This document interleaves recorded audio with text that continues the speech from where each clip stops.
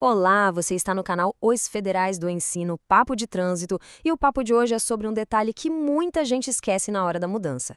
Sabe como é, né? Mudar de cidade já é aquela correria, um monte de caixa, nova rotina, e no meio disso tudo tem uma coisinha que pode virar uma baita dor de cabeça: a atualização do registro do veículo. Hoje a gente vai entender direitinho essa tal regra dos 30 dias. Pois é, a pergunta é direta: mudou de cidade? E aí, como é que fica o documento do carro? É muito comum nessa confusão toda de mudança a gente pensar, depois eu vejo isso. Mas e se esse depois acabar custando caro? Vamos investigar isso juntos. E olha, para não ter nenhuma dúvida para a gente falar com propriedade, a informação que a gente traz vem direto da fonte oficial, tá? Tudo baseado no Manual Brasileiro de Fiscalização de Trânsito, que é basicamente a bíblia da fiscalização aqui no Brasil. Então vamos lá, vamos direto ao ponto. A infração tem até código, olha só, 692-02. E a definição é bem clara, sem rodeios: deixar de registrar o veículo no prazo de 30 dias depois de mudar de município. Simples assim. Não tem muita margem para interpretação, né? Ok, então qual que é a regra principal por trás dessa infração?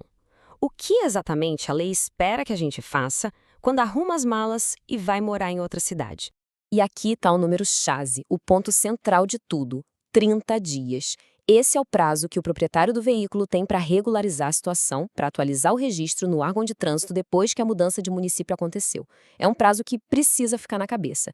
Certo, o prazo é de 30 dias, mas e se esse tempo passar? Se a pessoa esqueceu ou deixar para lá?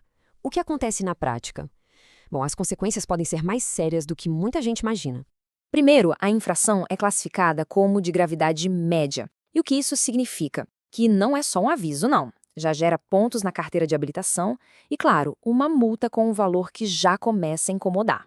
E falando em incomodar, a primeira consequência, a mais óbvia, é a que dói no bolso: a multa. Mas olha, o que realmente pode transformar um pequeno descuido num problemão é a medida administrativa que vem junto. Além da multa e dos pontos na CNH, a norma prevê a remoção do veículo. Isso mesmo. O carro pode ser guinchado e levado para o pátio. Aí já viu o tamanho do transtorno e do prejuízo, né? Mas para a gente entender essa infração por completo, a gente precisa olhar para os detalhes. De quem é a responsabilidade? Quem é que fiscaliza isso? E, o mais curioso, como é que essa regularidade geralmente é descoberto? Esse quadro aqui ajuda a gente a entender tudo. O responsável é sempre o proprietário do veículo, não tem para onde correr.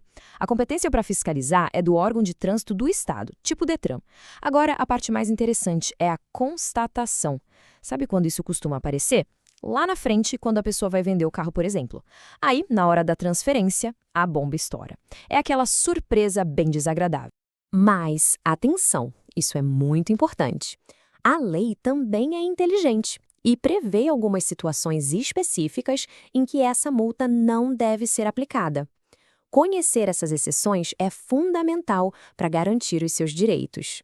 Olha que interessante. Se o atraso aconteceu por uma falha do próprio órgão de trânsito, a culpa não é do proprietário, então a multa não vale. Outro ponto crucial é não confundir essa infração com outras que são parecidas, como o atraso para transferir a propriedade para um novo dono. São coisas diferentes.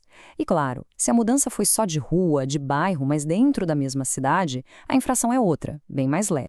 No fim das contas, depois de tudo isso que a gente conversou, a questão toda se resume a uma palavra, a um conceito essencial: o prazo.